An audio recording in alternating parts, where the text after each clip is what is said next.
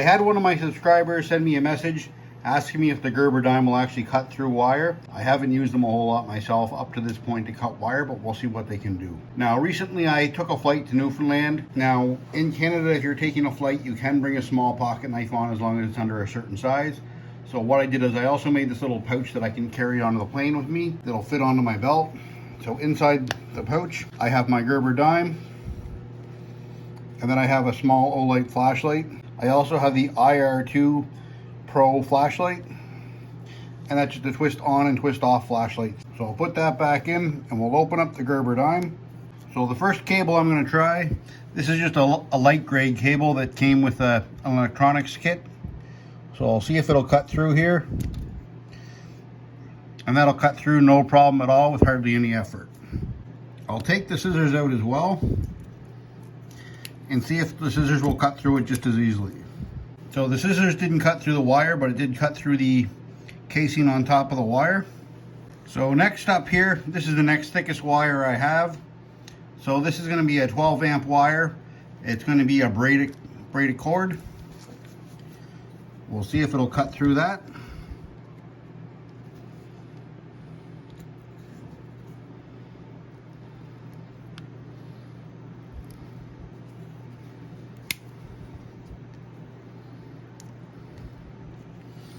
So it cut through no problem. It took a little bit to get through the plastic coating on the wire. So if we open it up, take our knife blade out and just strip a little bit of that wire back. Now that I got the wire all stripped, we'll give that a nice twist so it's all together.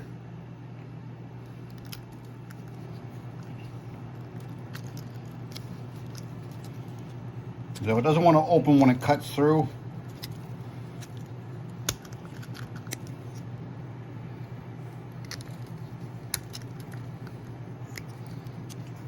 With that wire peeled back, it's cutting through all but about 2 or 3 of those braided wires. Let's try it on something a little bit thicker.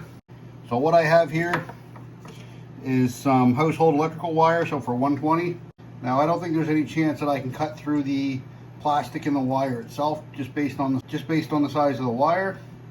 So I'm just going to pull the cover off of that and try not to knock my camera over. Now that we got the outside cover pulled off, let's start out by trying to cut our ground wire. So it cut through the ground wire no problem at all. It was actually easier than cutting through the braided wire.